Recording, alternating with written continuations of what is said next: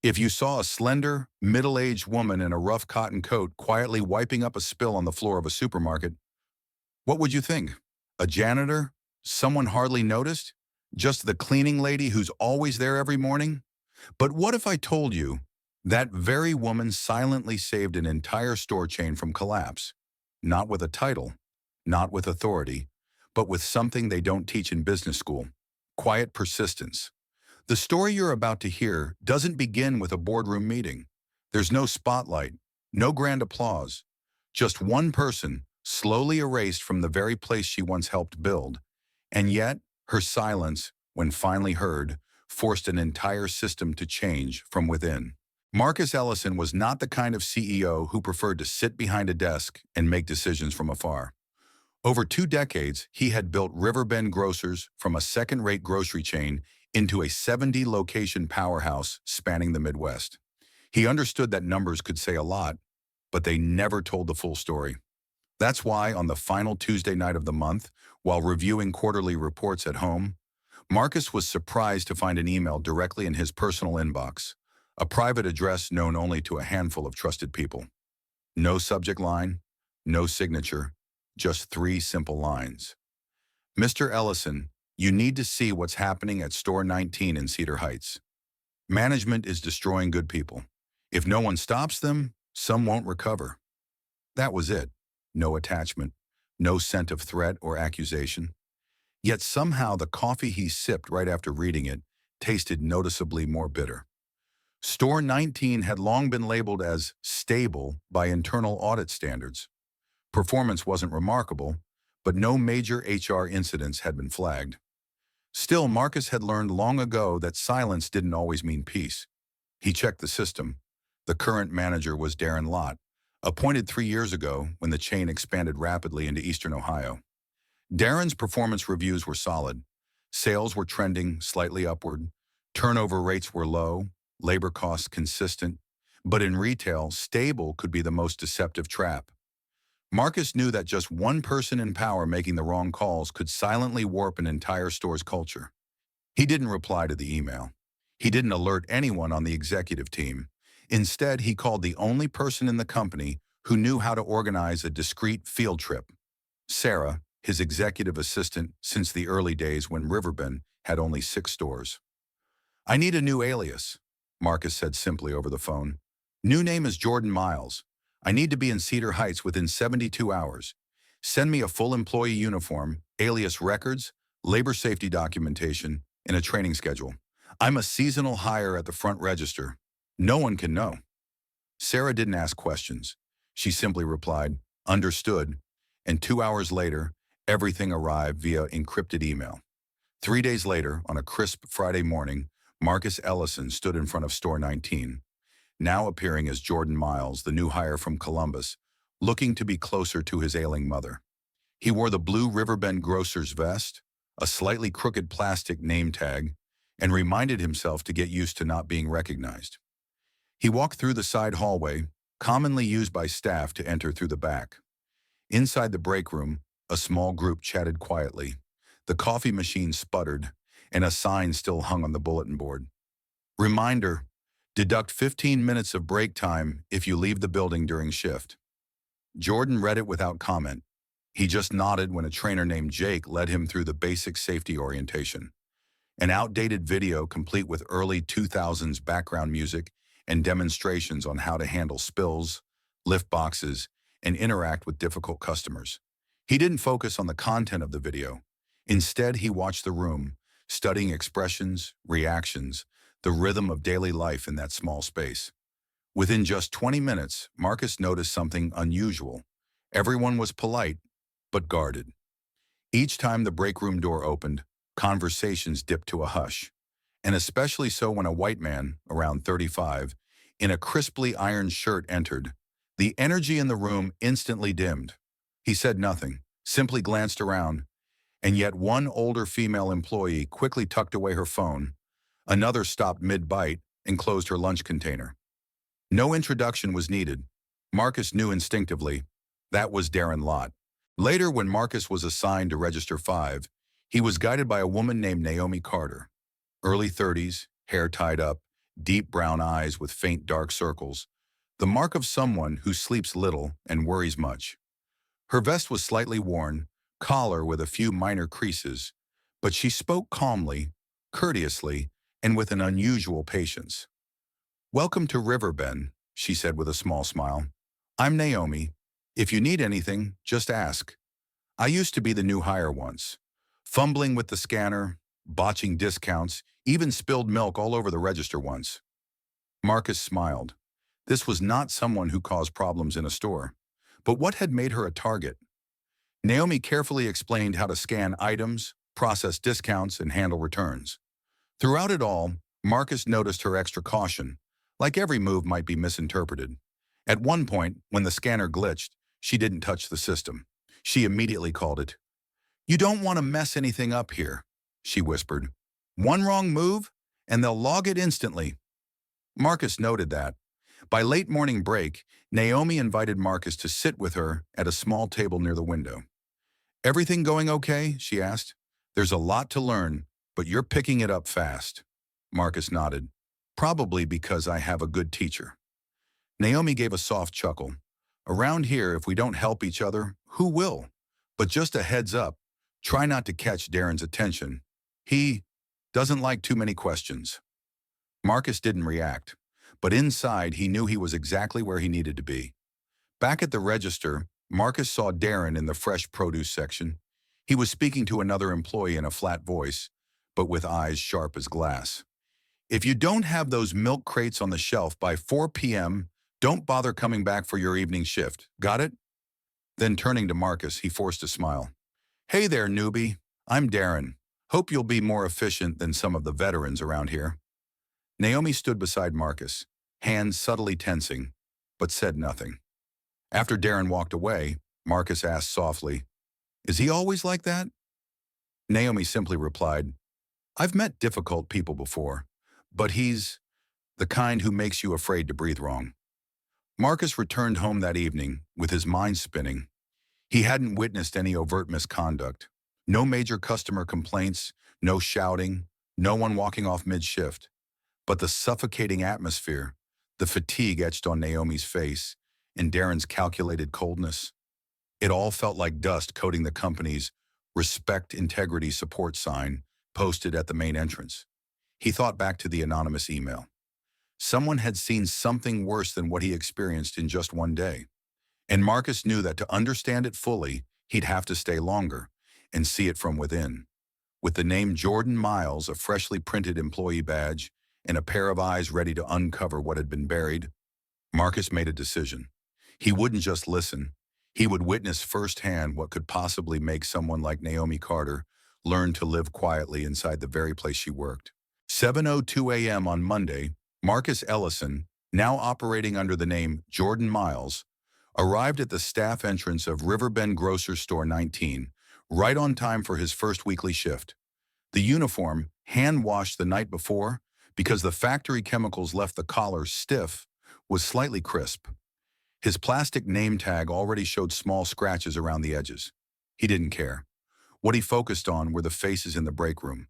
Someone eating breakfast quietly over a plastic lunchbox. Someone fixing their hair in the mirror. Someone checking their phone again and again, as if hoping something might save them from another day in this place. Naomi Carter was there too, sitting in her usual spot near the fridge, reading a worn paperback on behavioral development in children. Next to her sat an old thermos. She didn't speak, didn't greet anyone, but when she saw Marcus enter, her eyes softened just slightly. It wasn't a smile, not joy, just a subtle easing of her posture, as if amidst all the uncertainty, at least she knew the person standing there wasn't someone she had to brace herself against. The morning meeting began in the loading zone, where managers checked attendance, gave announcements, and reassigned duties. Darren Lott stood in front of the staff like he was leading a special ops team, his voice even and sharp. "Today we're expecting a surprise regional inspection. I don't want to see anyone chatting at the register or wasting time in the back room. Anyone I catch slacking off will have their hours cut immediately." No one responded. A newcomer might think this was normal, but to someone who had once overseen nearly 600 employees, Marcus recognized that the silence here wasn't out of respect. It was a reflex built from fear. Naomi, Darren turned, you have 15 minutes to clean up the entire produce section. Any bruised oranges or damaged apples, I want them gone before we open. Naomi replied, yes, without making eye contact. Marcus glanced at her and saw her close her book, slip it into her bag, and stand without another word. A few minutes later, Jordan Miles was assigned to Register 3, facing the dry goods aisle.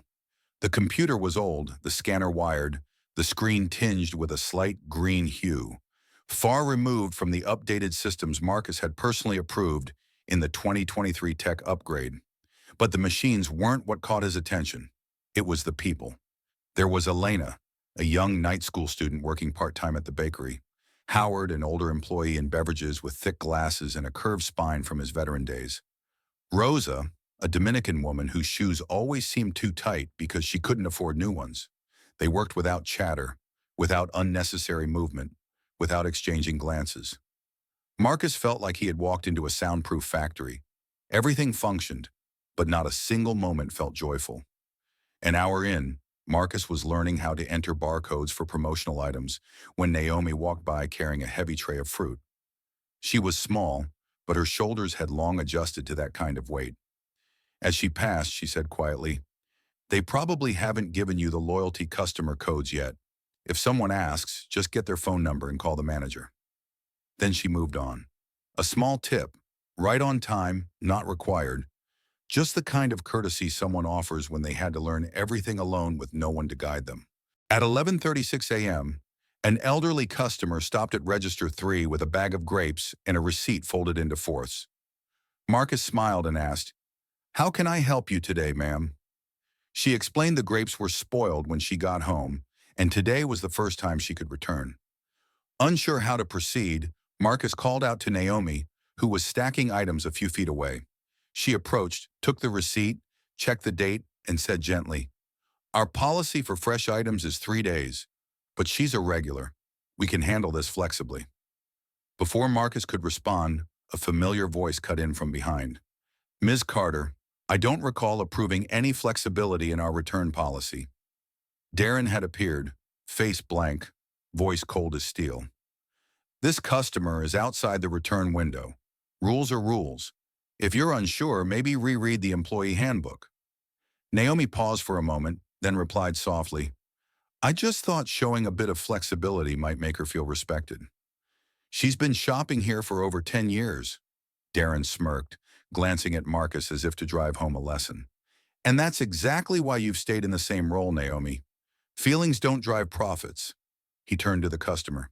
"I'm sorry, ma'am, but we can't accept the return." The woman looked unsure. Naomi gave a small nod, then stepped back to her station. Marcus said nothing, but something within him stirred. It wasn't about the policy, it was how Darren spoke about Naomi like she was a liability. And yet, since the morning, Marcus had seen clearly who was truly keeping the store running. Later in the afternoon, during break, Marcus casually asked Naomi about shift procedures and coupon protocols. She answered clearly, but when he asked whether she ever wanted a full-time position, she paused, then said quietly, "I've been trying for 2 years. I submitted requests for extra shifts, nights, weekends, even holidays. It's always not needed right now, and then I see new hires coming in." Marcus asked, "You have a child?" Naomi nodded. "Micah, he's 6. I send him to daycare near home. It's expensive, but safe. Every week is a tightrope. Rent, groceries, daycare fees. If he gets sick, I lose a shift. Lose a shift, lose my stability." Marcus nodded. He didn't need to take notes. That story was already burned into his mind. As the break ended, Darren swept in like a cold gust. Conversation stopped again. He grabbed coffee, scolded Elena for leaving a plastic cup by the sink, then turned to Naomi. "I want the cookie display restocked now. Don't wait to be told." Naomi nodded. Marcus offered, "I can help. She's been showing me how to check item codes." Darren stared at him for a few seconds. "Oh, the newbie's already defending the veterans, huh?" Then laughed, a laugh with no warmth. Naomi said nothing. She returned to her seat. Marcus understood. Even an offer of help could be misinterpreted here. Everything was measured as either loyalty or threat. At the end of the shift, Naomi finished restocking her final aisle, checked the register 3 times, and grabbed her bag to leave through the back door. Marcus followed a few paces behind. No one spoke, but in the parking lot, Naomi paused, turned slightly, and said, "Jordan, thanks for asking. No one here's ever asked me about my son." Then she opened her car, started the engine, and drove off. Marcus stood for a few minutes, looking up at the Riverbend sign fading into the late afternoon light. It had been a first day with no loud arguments, no glaring violations. But every step Naomi took, every glance she avoided, every silent retreat, was a kind of report no system would ever log. Marcus pulled out his phone and typed a note. Naomi Carter, competent employee, intentionally kept from advancement. Darren, audit past 12 months of personnel decisions. He turned off the screen, stepped into his car, and started the engine. He knew one thing. Whatever was happening at Store 19 wasn't a minor issue. It was a distorted power structure, and Naomi was one of the last people still standing inside it. 3 days after officially becoming Jordan Miles, Marcus had grown familiar with most of the rhythms at Riverbend Grocery Store 19. Register 3 had become his home turf, and coworkers like Naomi, Rosa, and Howard had adjusted to the quiet presence of the new guy. Despite being CEO of the entire chain, Marcus kept showing up on time, swapping shifts flexibly within the system, never giving away the slightest hint of his real identity. He'd spent enough time on the floor to learn how to manually enter discount codes, key in loyalty cards when the system glitched, and fix unresponsive screens, skills that Darren still claimed weren't necessary because that's what tech support is for. But Marcus hadn't come here to improve his checkout skills. He had come to observe. And what he'd seen, even in just 3 days, had caused him more concern than any strategic meeting in recent memory. Every shift was like a miniature stage. Marcus began to notice that Darren divided people into 2 categories, those who were indulged and those who were watched. When Elena showed up 7 minutes late because of a bus breakdown, Darren simply said, "Go ahead and clock in." But when Naomi arrived on time and was still reordering produce, he appeared at her side to say, "The produce aisle doesn't meet today's standard. Let's not repeat yesterday." One afternoon, Marcus watched as Rosa was called into HR for forgetting to label the cheese shelf as out of stock, while Thomas, the kid who'd just been hired a week ago, dropped a carton of milk, chuckled, said, "Oops," and got a friendly pat from Darren. "Just be more careful next time." The difference in treatment wasn't about policy, it was about targeting. With employees like Naomi, Darren seemed to be actively waiting for a mistake, any mistake, to note and possibly record. But with younger, male, native English-speaking employees, he was suspiciously lenient. Marcus pretended not to notice, but each night he carefully recorded his observations. He built a simple spreadsheet listing names, times, incidents, and Darren's reactions. By day 3, he had documented 14 clear cases of discriminatory behavior, and the count was still rising. On Wednesday afternoon, an elderly customer named Mr. Patterson came to Marcus's register holding a handwritten shopping list. He walked slowly, leaning on a wooden cane, each step deliberate. Marcus recognized him from the day before, one of the regulars Naomi had helped in the bread aisle. When Marcus greeted him, the old man smiled gently and said, "You're the new one, right? Naomi said you were quick on your feet. She's a good one. When my mother fell in this store 3 weeks ago, she was the only one who stayed with her until the ambulance came." Marcus blinked in surprise. "No one else helped." The man shook his head. One young employee panicked. A manager just stood outside on the phone. Naomi's shift had ended, but she stayed, held my mother's hand, asked her questions, kept her calm. My mother still talks about her like she's a hero. That story had never shown up in any report Marcus had read. It wasn't in the customer feedback log, nor under the employee recognition forms the PR team requested on a quarterly basis. Marcus nodded his thanks and quietly jotted another note into his mental file. Naomi, assisted elderly customer during emergency. Not recorded, off shift. The more time he spent on the floor, the clearer it became. Naomi wasn't just competent, she outperformed most. She never complained, never pushed back, but she was always the one restocking last, correcting invoices for elderly customers, or explaining discount programs when others didn't have the patience. And there was something else Marcus noticed. Naomi was always the first to accept responsibility, even for things that weren't her fault. One afternoon, when a system glitch caused a series of transactions to disappear, Darren showed up demanding who had manned Register 4. Naomi stepped forward, though Marcus knew she'd only been helping Elena with her training. Darren didn't thank her. He simply said, "I'll be noting this. Don't let it happen again," and walked off. Another time, Marcus saw Naomi cleaning a milk spill in the cold storage area, even though it was the maintenance crew's responsibility. When he asked, she just smiled and said softly, "If we wait, someone might slip. Better to just handle it. No complaints, no expectation of praise." But Marcus knew people like her were the ones keeping this place from falling apart. That Thursday night, after most employees had left, Marcus stayed to help with inventory alongside Rosa and Howard. They sat in the walk-in cooler, counting cheese trays, checking expiration dates, and affixing new labels. At one point, Rosa asked, "Jordan, do you think Darren knows the CEO might be coming? He's been unusually meticulous lately." Marcus chuckled. "Maybe he's just trying to impress someone." Rosa laughed. "If he's trying to impress anyone, it's probably just by making life harder for others." Howard chimed in.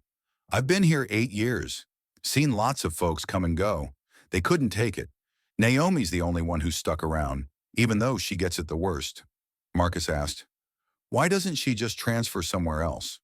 Rosa answered, "Because of her son. She can't work other shifts without childcare. Darren knows that. He uses it to keep her stuck, but never lets her move up." That night back home, Marcus opened his laptop and accessed Naomi's personnel file through the internal system, something he had full access to, even while undercover. He found 3 full-time requests that had been denied over the past 2 years. The reasons were vague: not yet management ready, requires further monitoring, position already filled. He also noticed 0 documentation of her customer assistance, increased availability, or emergency handling. Meanwhile, Thomas, the new hire, had one glowing note about schedule flexibility, even though Marcus had seen him arriving late and texting during shifts. Marcus typed into his investigation journal, "Evidence suggests Darren is actively suppressing Naomi's promotion by building a weak personnel file. Check who approved her rejections. Review all ignored customer feedback." Then he sat quietly, staring at the schedule for the next morning. Darren was using the system to push out the people he didn't like. But the question remained, why? Was it performance, personal bias, or something more sinister? Marcus was beginning to believe the anonymous email had been right all along.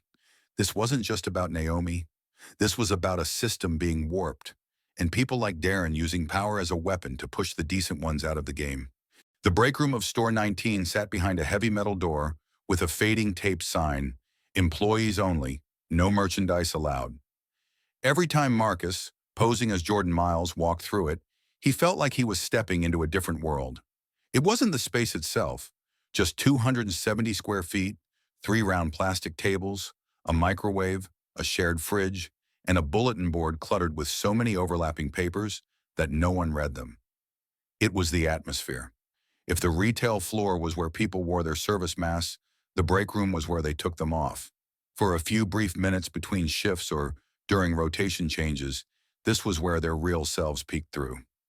Naomi always chose the table nearest the single small window, frosted and smudged, overlooking the dumpster area. She spoke little, often sitting alone, with her old thermos and an even older book, usually something about children, behavior, language development, emotional growth. In the 3 weeks Marcus had been there, he'd never once seen her scrolling through her phone or joining in conversations about movies, clothes, or whatever else the others talked about. She didn't crack jokes, didn't complain, didn't overreact. She existed, quietly and steadily, like a foundational layer of the store, unmentioned but irreplaceable. On a Saturday afternoon, after 6 straight hours on register duty, Marcus walked into the break room during his break and found Naomi already there, holding a cup of coffee, eyes gliding across a page like it was her first time reading it, even though the book's spine was already curved. He grabbed a cup of water, walked toward her table, and asked, "Mind if I sit here?" Naomi looked up and gave a small nod. "Of course." He sat, stared out the window for a moment, then turned to her. "How's Micah doing?" For the first time, a real smile appeared on her face.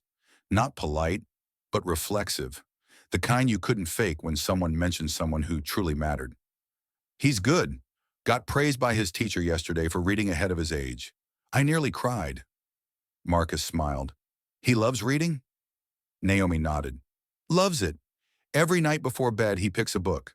After we finish, he always asks, 'Mom, are you too tired? Can you read another?' And I always say yes, no matter how tired I am." Marcus studied her a little longer. There was something in her eyes that made it obvious. Naomi was someone used to living within limits, limits of time, money, energy. But when it came to her son, those limits dissolved. He asked, "Have you ever thought about finding a different job? Somewhere they'd value what you bring more?" Naomi hesitated. "I've thought about it, but it's not that easy. Other places are farther away or don't offer benefits. I can't take risks, not with a kid. At least here, I know the ropes. And I used to think I could grow here." Marcus raised an eyebrow. "Used to?" Naomi chuckled quietly. "I applied for promotions 3 times, got rejected every time. The reasons? Always the same. Not qualified. Another candidate was a better fit. But no one's ever given me the chance to prove myself." Marcus sipped his water. "Do you know who reviews your applications?" Naomi exhaled lightly. "It's Darren. And as you've probably figured out, I'm not exactly his favorite." She didn't have to explain further. Marcus already knew exactly what that meant. Darren disliked people who didn't act grateful for his authority, and Naomi, with her calm, quiet independence, was his worst nightmare. Someone who did the job well without asking permission. Someone who existed without bowing. To Darren, that was disrespect. A few minutes later, the break room door swung open. Darren walked straight to the coffee machine, eyes averted, mouth closed. The entire room shifted instantly. Jennifer, the new cosmetics girl, who'd been mid-joke, fell silent. Rosa, mid-bite, tucked her snack back into a paper bag. Naomi closed her book and straightened up. Darren poured his coffee, then turned. "Naomi, I want those promo shelves reorganized before the rush. The new item list is posted on the stockroom door." "I'm on break," Naomi replied evenly. Darren smirked. "Then break faster. This isn't a coffee shop." Marcus stayed calm, pretending not to hear, but everything was being recorded in his mind. He watched Naomi lift her cup, nod slightly, then stand and walk to the door. No protest, no glance back. When she disappeared, Darren looked at Marcus. "She always has an excuse. Chronic complainer, that one." Marcus replied softly, "She seems like a really hard worker." Darren scoffed. "Don't be fooled. She knows how to charm customers, but she doesn't know how to manage up." After Darren left, Jennifer looked at Marcus. "You know, Naomi once saved my butt from getting fired." Marcus asked, "When?" Jennifer told the story. 3 months ago, she had messed up a VIP customer order, and Naomi took the blame to protect her from being fired. "I used to think Naomi was just quiet, but after that I realized, she's the strongest one here." Marcus nodded. He didn't need to say more. That evening, he logged into the internal system and checked Naomi's personnel files again. He found 2 positive customer comments, one of them from Mr. Patterson, whose mother had fallen in the store. But neither of those had been included in her performance review. He dug deeper and found the person responsible for approving or rejecting such reviews: Darren. The more Marcus uncovered, the more it became a pattern. Darren wasn't just stalling Naomi.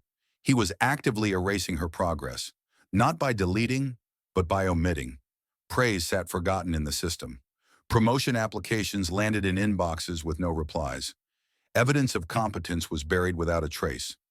Marcus opened his laptop and created a folder labeled Carter Potential.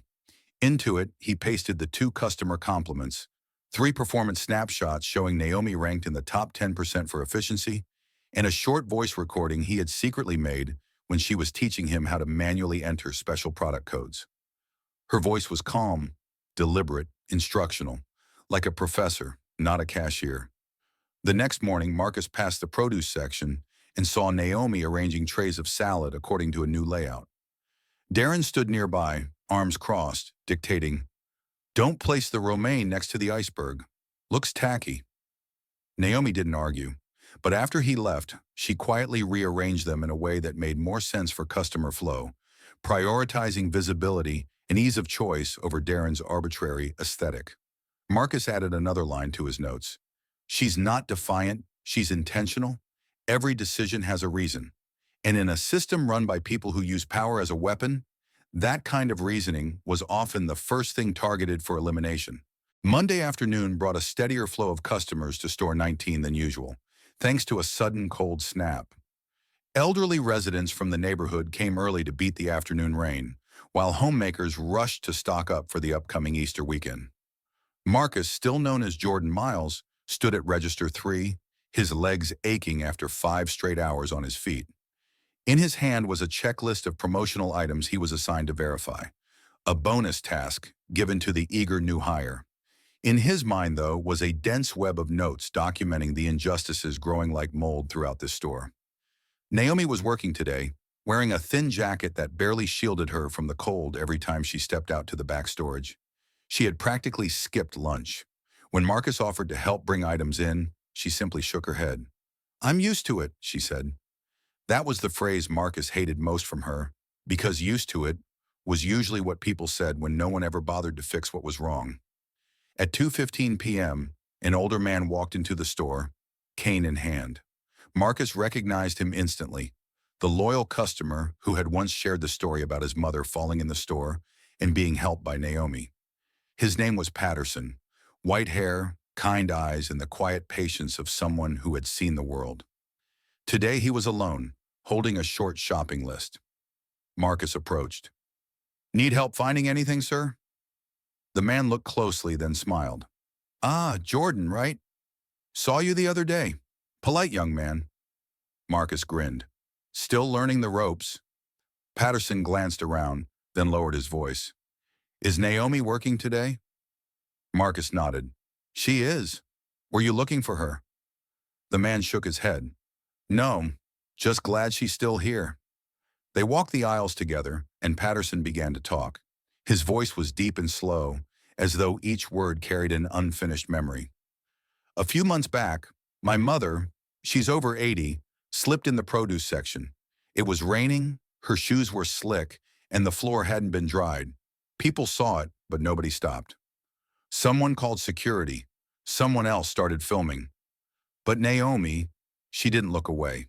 She knelt beside my mother, wiped her hands with tissues, and called the ambulance. She stayed until they arrived, even though her shift had ended 20 minutes earlier." Marcus said nothing. Patterson continued. "A week later, she called me to check on my mom. I didn't understand how she remembered my number. Then I found out. She went through my mother's purchase records, pulled the loyalty file, and found the contact info."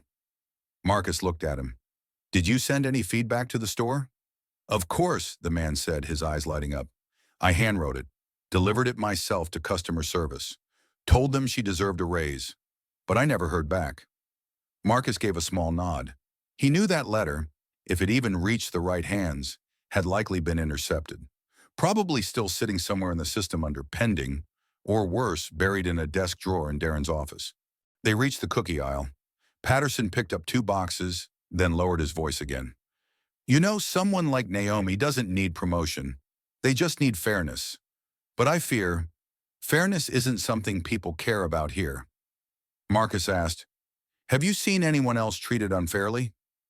The man hesitated. "There was a guy named Carlos, worked here 15 years.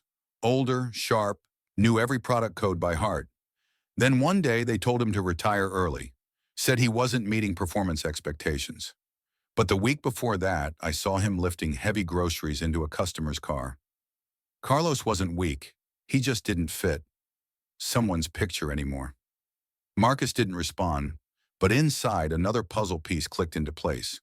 When Mr. Patterson was ready to leave, Marcus walked him out to his car. The old man took his hand and said, "You're the first person in months to ask me about any of this.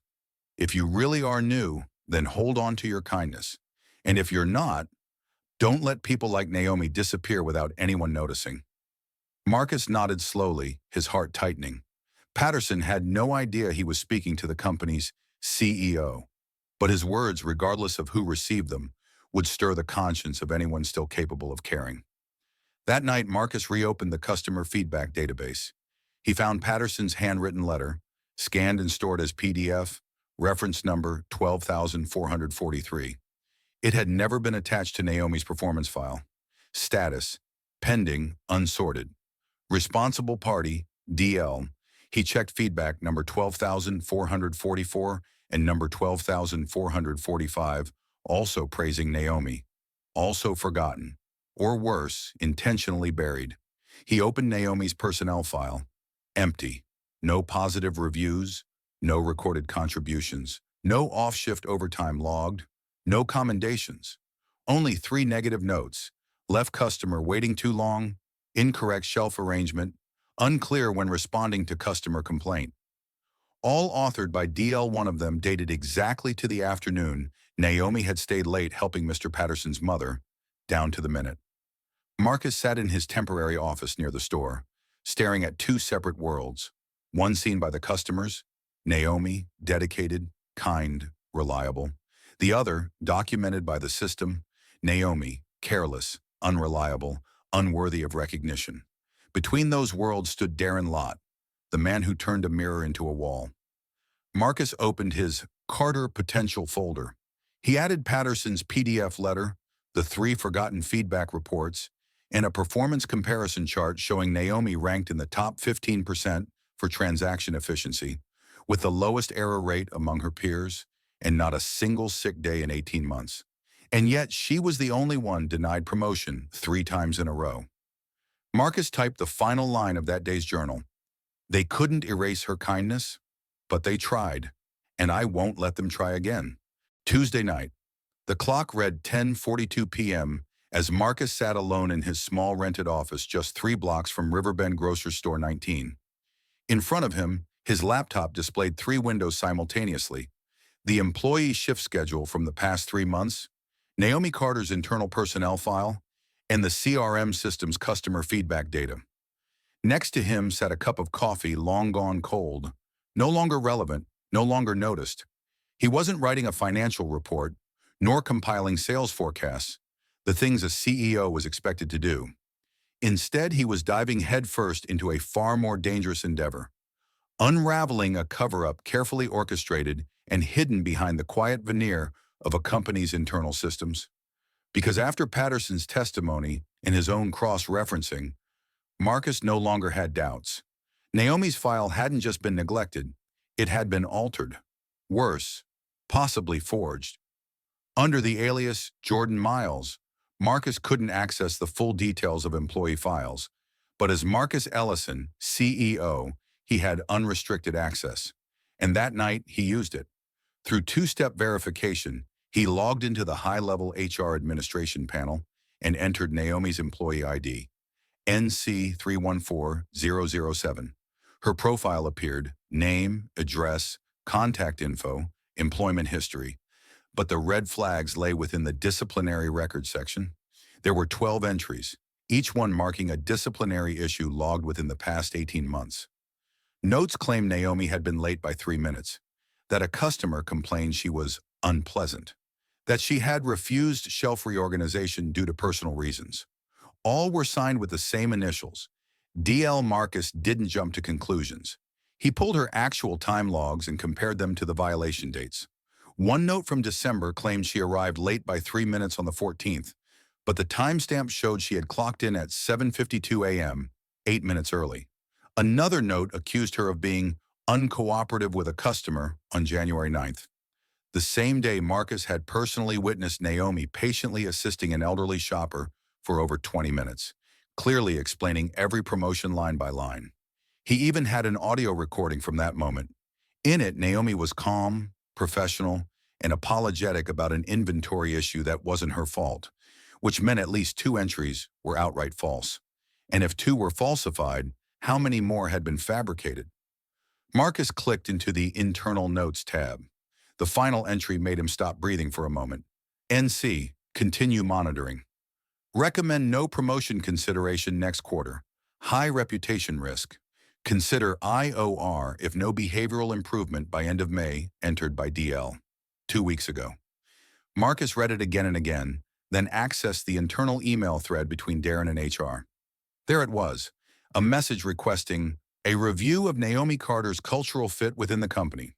The subject line was cleverly worded, but the content listed so-called offenses, none of which were backed by confirmation, no witnesses, no corroboration, only Darren's digital signature. Marcus knew what he had to do, something no one else within the system had dared: physically inspect the original paper files, the hard copies, the source. But to do that, he'd need access to the management office, locked with a manager's security code. Fortunately, when building the store's security protocols, Marcus had required every CEO to be aware of the emergency override codes, and he remembered them. The next evening, Marcus volunteered to stay late for inventory, a perfect cover to remain on the premises after hours. Darren left at exactly 7:02 p.m., as usual. Once the coast was clear, Marcus retrieved the temporary master key from customer service and walked straight to the management office. The door was protected by a 4-digit code. He entered 9146. The lock clicked open. Inside was a modest room, wooden desk, dated desktop computer, and a steel filing cabinet. Marcus opened drawer 2, labeled Employees. He pulled out a thick folder labeled Naomi Carter. It was unusually thick. He opened to the first page. A note read, March 2nd, failure to respect shift assignments, refused schedule change. But Marcus knew Naomi had worked the morning shift that day and had helped Rosa after she slipped in the back room. He kept flipping. Each sheet bore Darren's signature. Some included witness signatures, names like Thomas, the new hire of only 3 months, who hadn't even worked the shifts in question. Even more suspicious, many of the signatures looked nearly identical. Too identical, like they were written by the same hand. Marcus photographed every page, every corner, every signature. Each image he labeled by date, adding source notes and cross-references to verified logs. After 27 minutes, he had gathered enough evidence. Darren had systematically constructed a falsified disciplinary record, deliberately manufacturing a problem employee out of someone who had done no wrong. As he prepared to close the folder, he noticed a brown envelope tucked behind the files, handwritten, Internal, pending approval. He opened it. Inside was a termination proposal. Recommend dismissal of Naomi Carter due to repeated infractions affecting team morale. Submission date, end of the current month. Authorized by Darren. No attached documentation, no evidence. Marcus felt heat rise in his chest. It was all planned. She wasn't being fired for poor performance. She was being eliminated for being the quiet one who wouldn't bow. And had Marcus not been undercover this very week, the plan would already be complete. He left the office, locked it up as he found it, and made his way home. Once there, he opened his Carter Potential folder and uploaded 34 new photographs. He created an Excel spreadsheet comparing dates, file notes, and verifiable counter evidence. Columns included falsified entry, actual data, and discrepancy. He marked in red every entry that coincided with a positive customer review, an uncanny pattern. Every time Naomi was praised by a customer, Darren had followed up by logging a disciplinary strike. He typed a final note for the day. This is no longer an internal HR issue. This is systemic abuse of authority with a clear goal, character assassination. And if Naomi is a target, others may be as well. Further investigation required. But first, he had to protect Naomi. Before Darren could submit that final proposal to the system, Thursday morning, Marcus woke up earlier than usual. He didn't need an alarm. After last night, nothing in his mind resembled rest.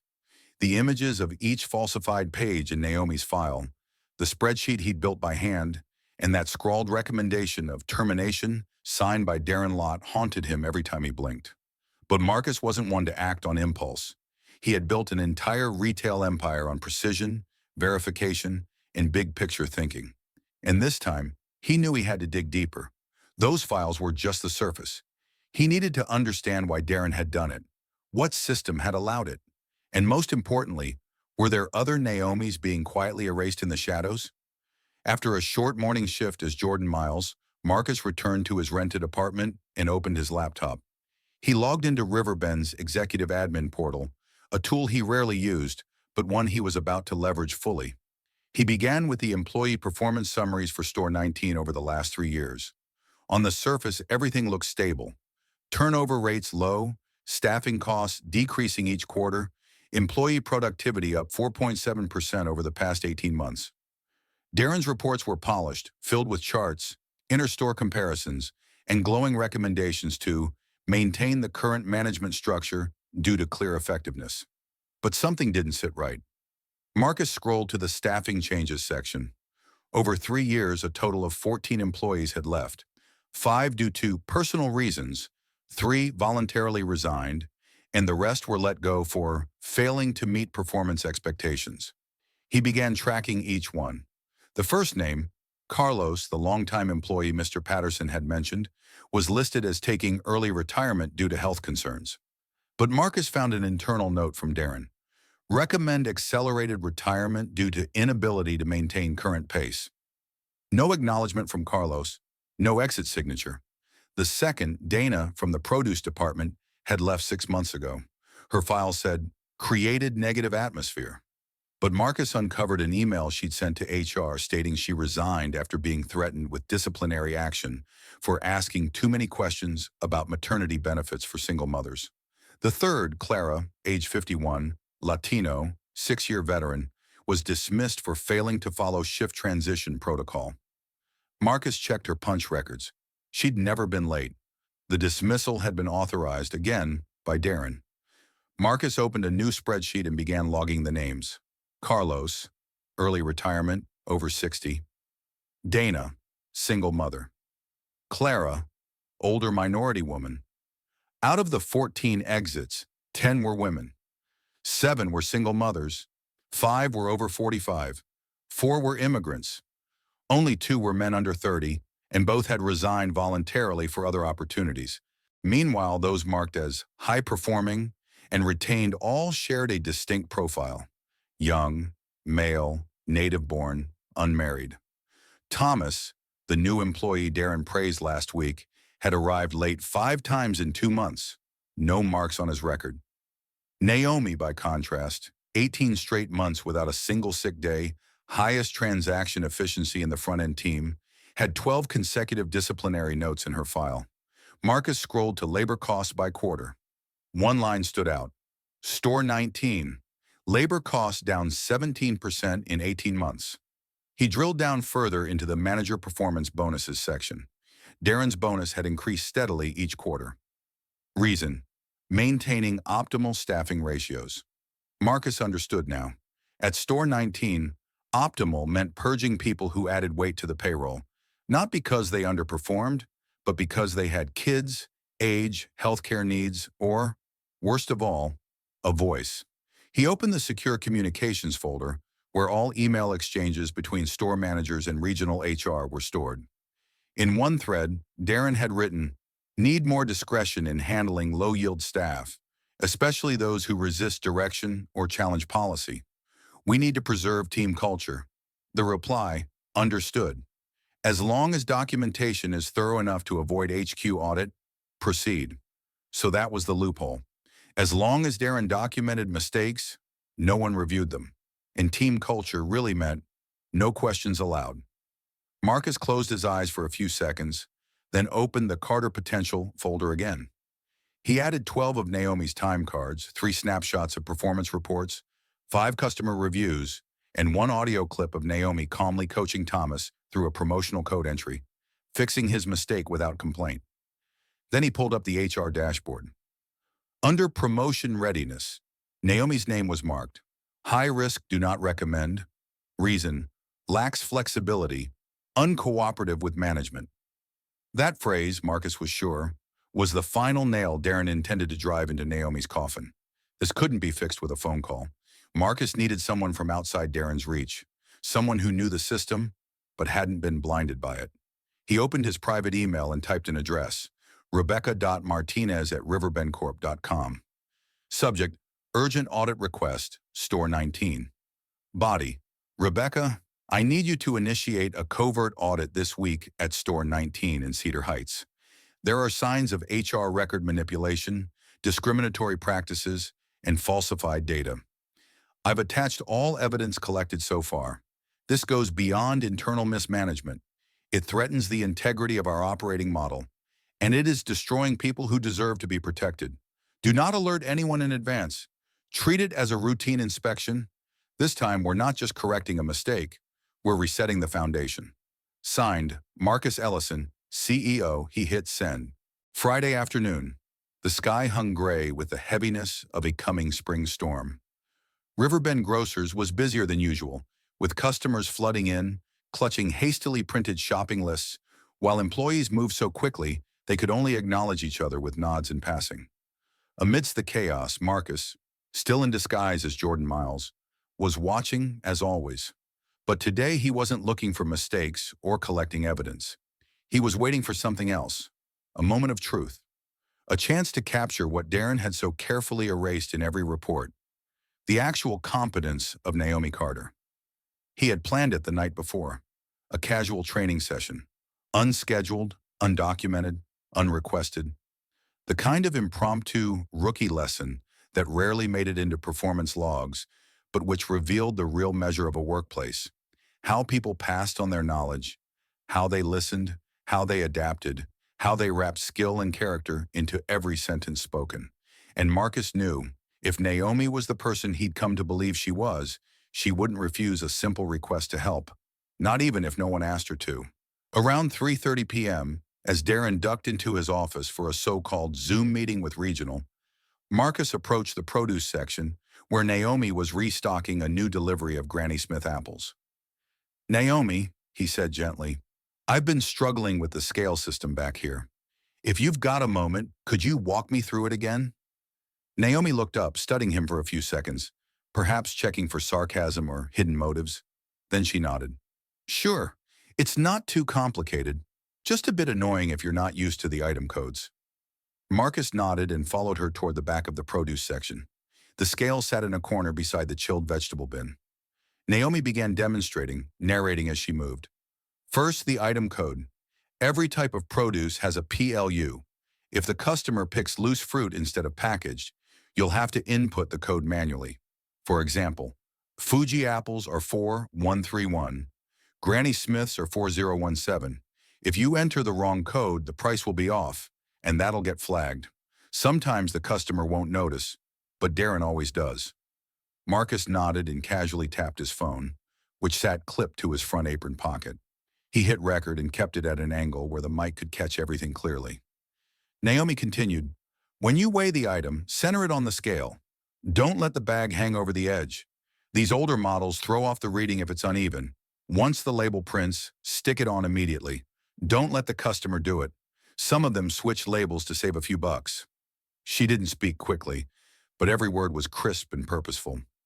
Marcus realized her tone had a rhythm of its own, neither robotic nor detached. It was the tone of someone who genuinely wanted others to succeed. He asked, ever had customers try to cheat the system? Naomi smiled faintly. Of course. Every now and then, you'll find grapes with a banana sticker. But you have to handle it carefully, correct the issue without embarrassing anyone, but still stop the loss. She demonstrated. I usually say, oops, looks like someone might have mislabeled this. Let me fix that for you, no problem. Keeps it polite and gets the job done. Marcus nodded, impressed. Where'd you learn all this? Naomi shrugged. From experience, from complaints, from being publicly corrected by Darren over every tiny mistake. If I didn't learn, I wouldn't still be here. He said nothing but kept his phone steady, recording every word. Naomi wasn't just training him on process. She was showing him how to survive in a workplace without shields, without rewards, just expectations and consequences. They went on for another 10 minutes. Naomi explained how to reprint labels when the system glitched, how to handle customers who wanted to change a price after weighing, how to reboot the machine quickly if it froze with a line of people waiting. At the end, she handed Marcus a sample label and said, "Congratulations, you've officially graduated from boot camp." Marcus chuckled. "You should be a training manager." "Seriously?" Naomi shook her head. "I applied once. They said I didn't have enough experience." Marcus tilted his head. "How long have you been here?" Naomi replied, "Over 4 years." Marcus raised an eyebrow. "Then I guess they're looking for someone with 6. Naomi didn't laugh. She simply said, "They're not looking for someone like me." Marcus stopped recording and slipped his phone back into his pocket. The clip was nearly 20 minutes long. In it, Naomi had demonstrated expertise, procedural fluency, customer handling, and quiet leadership. Nothing in her tone or actions suggested she was a risk, uncooperative, or difficult to manage. On the contrary, she embodied everything you'd want in an employee, someone who didn't wait for recognition, but still chose to do the right thing. That night, Marcus returned to his apartment, opened his laptop, and uploaded the audio to the Carter Potential folder. He titled the file, Naomi Training Session Evidence. Then he opened the internal performance review system for Store 19. In the section Internal Trainer Candidates, blank. Under Employees Recommended for Advancement, Naomi's name was absent, but Thomas's was there. The same Thomas Naomi had gently corrected in front of a customer. The same Thomas who had never trained anyone. The same Thomas Darren described as having leadership potential after just 2 months on the job. Marcus added another line to his growing evidence sheet. Skill demonstration evidence recorded. Meets and exceeds training standards. Negative assessments officially refuted. Naomi does not lack experience. She lacks a system that recognizes the right people. He stared at the screen, then composed a follow-up email to Rebecca, who was scheduled to begin the surprise audit Monday morning. Subject, supplemental evidence. One line in the body. This is the direct proof, undeniable. He attached the audio clip and hit send. The next day, Marcus spotted Naomi restocking cookies at the bakery counter, even though it wasn't her department. "Covering for someone?" he asked. "Elena's got a headache," she said. "I'm helping out." Marcus replied, "No one even knows you're doing this." Naomi, still facing the shelves, said softly, "No one needs to know, as long as things get done." Marcus nodded, but this time someone did know, and this time no one would be allowed to erase it. Monday, 8:47 a.m. The intercom system of Riverbend Grocers crackled to life with a familiar announcement, but from a voice no one recognized. "Attention all staff. Today we will be conducting a routine operations and personnel review from the regional office. Please continue your work as usual. Store management will attend a meeting at 9:15 a.m. in the ground floor conference room." The voice was Patricia Valdez, regional supervisor, but Marcus knew she hadn't come alone. He stood at the bakery aisle pretending to check expiration dates on inventory, but his eyes darted toward the front entrance. Darren was at the window in the back office, adjusting his tie with the smug expression he always wore on days like this. Marcus could almost hear his thoughts. Another chance to prove I run a tight ship. A few minutes later, Darren stepped onto the sales floor, strolling the aisles, barking light reminders to staff to tidy displays, offering a friendly nod to an elderly shopper, clapping Thomas on the back like a seasoned mentor. Within 10 minutes, he had staged the illusion of a model store, unaware it would be the last time he ever could. At precisely 9:10, the front door opened. Patricia entered first, brisk and focused, clipboard in hand. Right behind her was Rebecca Martinez, head of internal audit, sharp-eyed, hair pulled into a tight bun, dressed in a wrinkleless gray suit that left no room for negotiation. But it was the third person who stopped the world. Marcus Ellison, no longer Jordan Miles, no longer in a store vest, but the CEO of Riverbend Grocers in a dark navy business suit and a gaze colder than the Cedar Heights morning. He didn't need an introduction. The very presence of him froze the air. Darren's face changed in a single heartbeat. First confusion, then pale shock, then a practiced neutrality. He stepped forward and extended a hand. "Mr. Ellison, what an honor to have you here." Marcus didn't shake his hand. He gave a curt nod and said only, "Please proceed to the conference room." The door shut at 9:16 a.m. Inside were four people. Marcus stood, refusing to sit, spine straight like steel. Rebecca sat to his left, flipping open a thick file.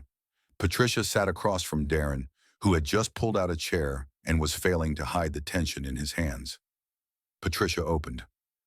Mr. Lott, we've received a report indicating serious violations in personnel management at Store 19. Before we begin, is there anything you'd like to say? Darren smiled thinly, attempting calm. I don't know who submitted that report, but I believe there's been a misunderstanding. All HR decisions here are based on job performance and in line with company policy. I've been fully transparent. Rebecca didn't respond. She placed a thick folder on the table. These are copies of the disciplinary reports for employee Naomi Carter, all signed by you. Can you explain why one record shows her clocking in late on December 14th when the time system shows she arrived 8 minutes early? Darren hesitated. Must have been a data entry error. These things happen. Rebecca flipped another page. January 9th, Naomi allegedly demonstrated poor customer conduct, yet our security system shows her assisting an elderly shopper for over 20 minutes with patience and professionalism. This is a printed still from the footage. She placed a color photo on the table in front of him. This time, Darren had no reply. Marcus stepped forward, pulled out his phone, and played the audio recording from the impromptu training session. Naomi's voice filled the room, clear, patient, methodical, explaining weight codes, error prevention, customer diplomacy. When it ended, Marcus said, "This is the employee you deemed unfit for training." Darren tried to compose himself, but his eyes betrayed him. I based my evaluations on my observations. Every manager has discretion in staff assessment. Patricia cut in. And if that discretion results in falsified documentation, forced resignations, and deliberate obstruction of promotion pathways, you are legally liable. Rebecca turned to the final page. This termination proposal, handwritten by you, states Naomi Carter is non-compliant. No evidence, no HR corroboration, no response from the employee on file.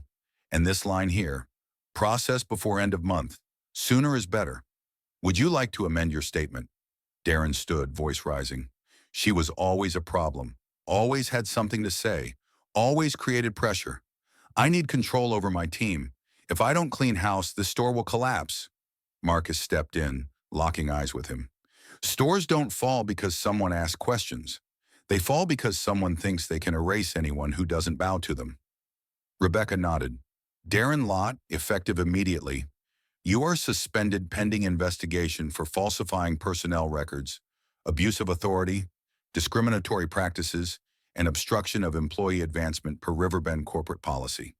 This file will be escalated to the legal department. Patricia added, you have 15 minutes to collect your belongings.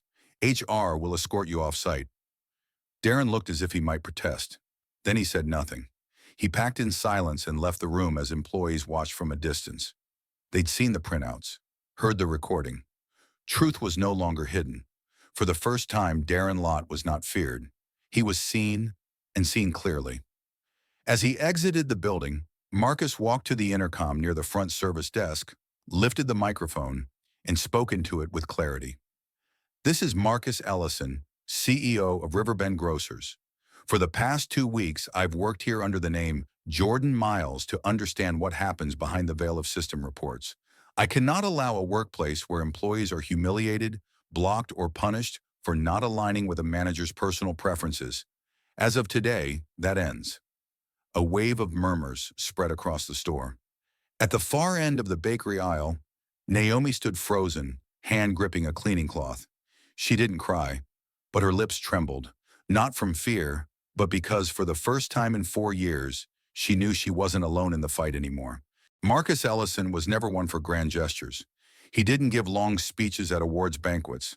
He avoided magazine covers with bold headlines. But on that Wednesday morning at Riverbend Grocers, Store 19, everyone understood that they had just witnessed one of the most defining moments of their working lives. Not because the CEO had revealed his identity, but because for the first time, they saw someone in power, not turn away. After officially suspending Darren Lott, Marcus didn't walk out like most leaders would after handling a crisis. He returned to the break room, not to talk, but to listen. Patricia and Rebecca remained behind to handle administrative follow-ups.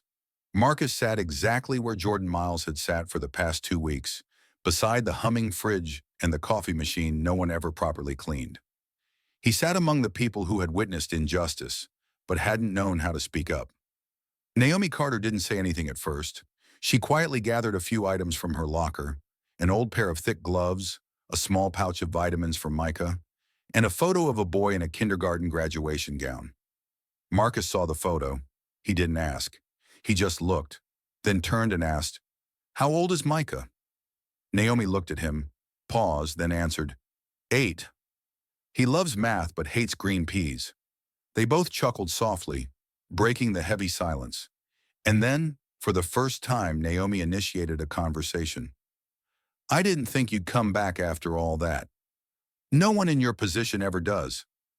Marcus nodded. "I haven't come back to a lot of places, and that's on me." He paused, then added, "I can't fix everything overnight, but I can start with the place that got it wrong." Naomi said nothing. She didn't want to cry, but emotions surged like an undertow. She wasn't someone who trusted easily, especially not someone who had disguised himself as a worker to observe from the shadows. But she couldn't deny this much. No one had ever done this for her. No one had ever stood in the middle of the store, called her name, defended her, and listened to her like she mattered. That afternoon, Marcus called for an all-staff meeting on the ground floor. No microphone, no slides. He stood beside a makeshift table with Patricia and Rebecca by his side and a whiteboard behind him that read, "Rebuilding Together." Marcus didn't talk about Darren. He didn't list failures. He just spoke about what he had seen in the past 2 weeks. People working hard but judged unfairly. Workers like Naomi, like Javi, like Rosa, those who were never recognized but kept the store running. When he finished, the room fell silent. Not out of fear, but because, for the first time, everyone clearly saw the gap between how they had been treated and how they deserved to be treated. Then Patricia stepped forward and made an announcement few could believe. Naomi Carter's personnel file would be fully reinstated, all unjust penalties removed, and she was officially promoted to morning shift operations assistant supervisor, a position she had qualified for 18 months ago but was denied. No one clapped at first, but as Naomi stepped forward, hands trembling as she accepted her appointment letter, eyes shimmering with pride, the room erupted in applause. It wasn't cheering. It was the applause of people who had just seen real justice, for the first time. That evening, Naomi brought Micah to the store, not to work, but to show him where she worked. "This is where Mommy stands every morning," she said. "This is the shelf I had to fix every can of tomatoes on." Micah didn't understand everything, but he held her hand tightly. As they walked past the break room, Marcus was standing there. He crouched down to Micah's eye level and said, "Do you know your mom is the strongest person I've ever met?" Micah grinned. "She's also the best sandwich maker." They all laughed. But this time, the laughter wasn't strained. It belonged to people who knew that good things could happen if someone was willing to start them. On Marcus's desk at corporate headquarters, there was a small object no one really noticed, a name tag that read Jordan Miles, Cashier. It no longer hung on a uniform, but Marcus kept it as a reminder that truth is sometimes clearest from the lowest vantage point, and that not everyone doing a small job is small. Some people don't need titles to create change. They just need someone to see them for who they really are, and to give them a chance at the right moment. Naomi Carter arrived earlier than usual on Monday morning. The sky had yet to lighten, the pavement still damp with mist, but she stood at the entrance of Store 19 with a feeling unlike any she'd had before. Today she wasn't wearing the old uniform shirt with frayed sleeves, nor the name tag taped together so many times it often fell off while scanning barcodes. Today, Naomi wore a crisp white shirt issued to the operations management team, topped with a navy jacket embroidered with the words, "Operations Lead, RBG." She stood there for a few seconds, not out of nervousness, but to take a moment to believe that she was truly wearing this jacket. Not because someone pitied her, but because she had earned it. The automatic doors slid open with their usual chime. Naomi stepped inside, not with her head down, not in a rush as if afraid someone might call her back for questioning. Today, she didn't need approval for time off or have to explain why she'd spent too long talking to a customer. She walked past the main aisle, where a few morning stock staff turned and greeted her with unfamiliar glances. For the first time, she wasn't Ms. Carter from Register 3 dash dash. She was someone whose name the whole store now knew. Marcus wasn't at the store that morning, but Patricia had left a sealed envelope for Naomi with a note that read, "From Marcus's desk, for your eyes only." Naomi opened it. Inside was a folded note. The first line, handwritten, read, "Don't forget who you were before they told you who you were allowed to be." Below that, in smaller print, "Welcome to the next chapter. Let's build it together." No signature, but Naomi knew who it was from. She folded the note and placed it in her wallet between two photos of Micah. And then she began her first day in the new role, not with drums or banners, but with a printed A4 schedule and a task list she once thought she'd never be trusted with. Naomi entered the management office, opened the shift assignment board, and the very first thing she did was adjust Rosa's break so she could leave early to pick up her grandson. She didn't have to ask anyone's permission, because now it was her decision to make. The Monday morning team meeting featured Naomi as the new team lead for the first time. When she stepped up beside the whiteboard, a few staff still hesitated. They weren't used to someone who once stood beside them, now guiding them. But Naomi didn't read off a policy sheet like a supervisor. Instead, she told them a story about an older customer who had slipped near the frozen goods aisle months ago, and how one cashier had stepped away from the register for 5 minutes to walk the man to his car without being asked. "That person was me," Naomi said, "and I'm not telling this to show off, but to remind all of us.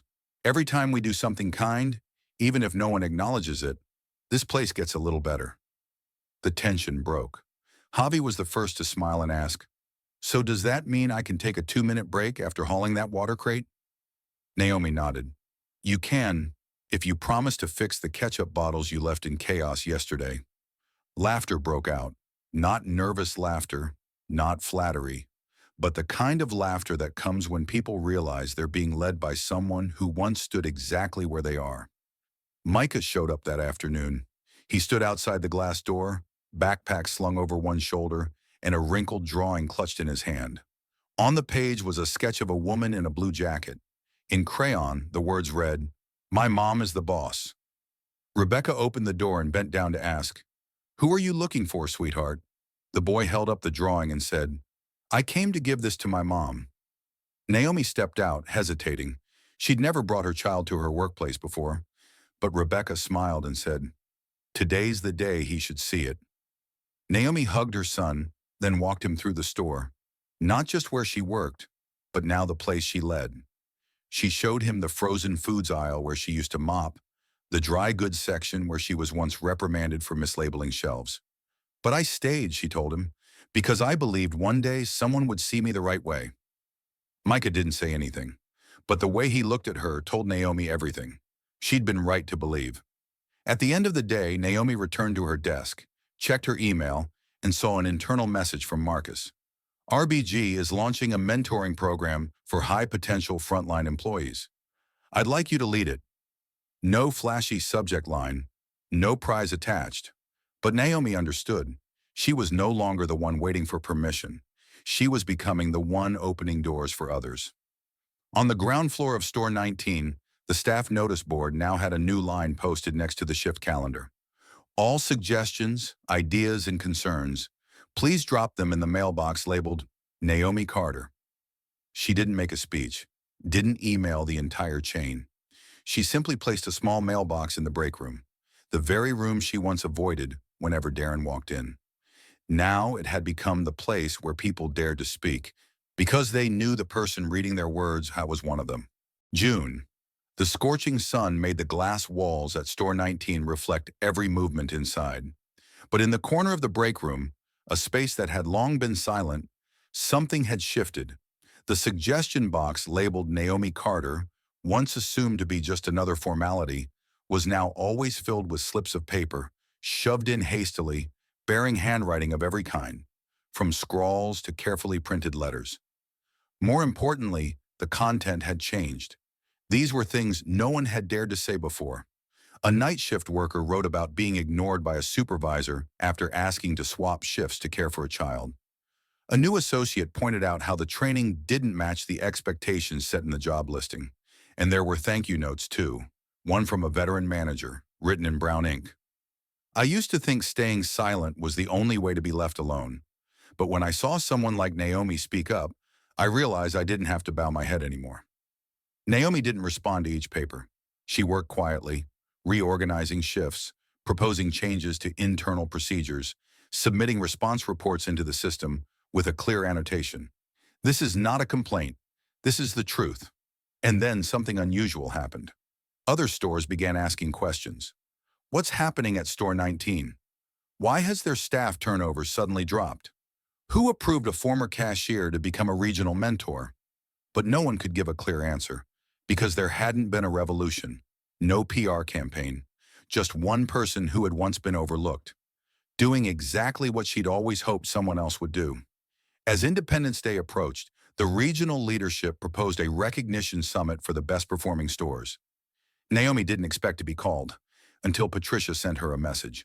Bring Micah, and don't wear the uniform. I think this time, you should be on stage. The meeting was held at RBG's headquarters in Philadelphia. A large auditorium, high ceilings, cool lighting, rows of chairs set like a corporate conference. Naomi entered with Micah, his shirt pressed, hair neatly combed, holding a small notebook. As they walked down the aisle, a few people turned to look, not because they recognized them, but because they didn't. Naomi wore no gleaming name badge, no pre-listed title. But when Marcus stepped onto the stage to speak, he introduced no one else. He said, I want to recognize someone who never studied business management, never attended leadership training, but she taught us the most important lesson of all. If you want a system to work, you must first listen to the people it once ignored. And then he called the name Naomi Carter. There was no thunderous applause, but a few stood up. They were the ones who had once been silent, like her. Micah watched his mother step onto the stage, eyes unblinking. Naomi didn't read a speech. She simply held the mic, looked down at the rows before her and said, I used to think that if I worked hard enough, someone would acknowledge me. But then I realized, if I keep waiting silently to be seen, I'm teaching the next generation to believe that their worth needs someone else's permission. I'm not standing here today because I'm special. I'm standing here because I'm no longer afraid to be myself. After that day, Naomi returned to Store 19. No banners, no welcome ceremony. Just a small new bulletin board mounted near the break room, once used only for inventory notices. On it was a photo of Naomi and Micah at the summit, with a caption that read, No one is too small to be heard. Below the photo was a small list, the names of employees currently in the mentoring program Naomi now led. Every one of them had once been underestimated. Every one of them was now teaching others. In the frozen goods section, Rosa, the older woman once ignored by Darren, was now a part-time training assistant. Javi, the playful young man, was now running orientation for new hires. And at the register where Naomi once bowed her head after being demoted, stood a new girl named Layla, who had heard Naomi's story on her very first day. She told it with admiration in her eyes. But Naomi simply said, if you see something wrong, don't think you have to wait for someone else to fix it. Sometimes just standing still is a way to say, I don't agree. Layla nodded, and one day she did exactly that. She defended a customer who was scolded for a late voucher. When her manager asked why, Layla replied, because I remember Naomi once did the same thing, and if she was right that day, I believe I'm right today. And perhaps the most unforgettable moment didn't come from a report or a corporate meeting. It came on a quiet late afternoon when a young employee named Jaden, who had nearly quit after a tough first week, stood in front of Naomi and said, I was ready to give up, but then I saw you're still here. I don't know why, but if you're still standing, maybe I should try one more day. Naomi didn't say a word, but in her heart she knew. A new generation was slowly starting to believe that justice isn't just something to ask for. It's something we can build, bit by bit, one person at a time. If you've ever been dismissed because you didn't look or sound like what others expected, if you've ever suffered silently and wondered, does anyone even see me? Then this story is for you. Not to promise that things will be easy, but to remind you, kind people, when they stop being afraid, can transform a system that once seemed unshakable. And if what you just watched made you feel warm, tear up, or even burn with outrage wondering why someone like Naomi ever had to endure so much, then leave a comment below. Tell us, have you ever met a Naomi in your life? Or have you ever been the one asked to stay silent? We want to hear your story. And if you believe the world needs more stories like this, stories of truth, kindness, and the quiet ones who choose to stand up, then hit that subscribe button today, because the next video might be exactly what you need to keep believing. Subscribe, share your thoughts in the comments, spread what's right,